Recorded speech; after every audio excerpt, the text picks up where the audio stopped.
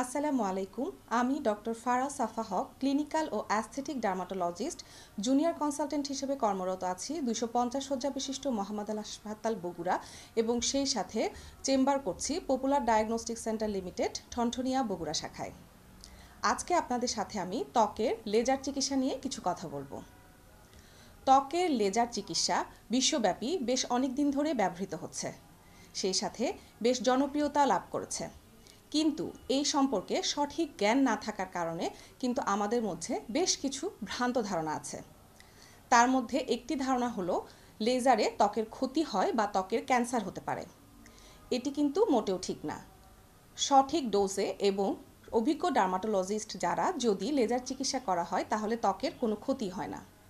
এছাড়া দেখা গিয়েছে যে লেজার থেকে ত্বকে কোনো ধরনের ক্যান্সার হওয়ার সম্ভাবনা নাই, বরং বিভিন্ন রকমের ত্বকের ক্যান্সারে বর্তমানে লেজার চিকিৎসা করা হয়।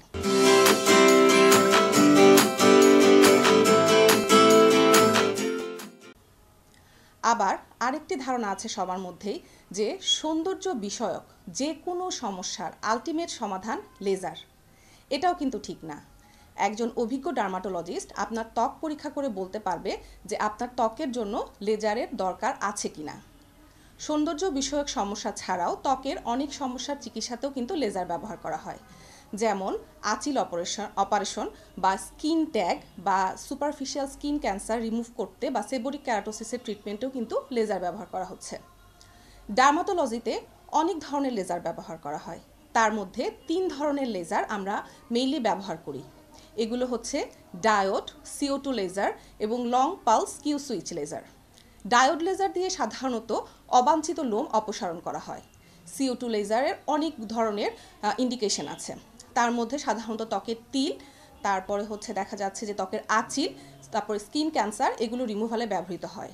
এছাড়া ব্রণের দাগ বা ব্রণের গর্ত, ত্বকের যে কোনো ফাটা দাগ বা কাটা দাগ চিকিৎসাতেও কিন্তু এই লেজার ব্যবহৃত হয়। তাছাড়া ত্বকে বয়সের ছাপ দূর করার জন্য বা ত্বকের রিঙ্কেল এবং আনইভেন স্কিন টোন রিমুভ করতেও কিন্তু CO2 লেজার ব্যবহৃত হয়। Long pulse Q switch laser সাধারণত ত্বকের জন্মদাগ, ট্যাটু এবং অনেক ক্ষেত্রে মেস্তা রিমুভালের ক্ষেত্রে ব্যবহৃত হয়।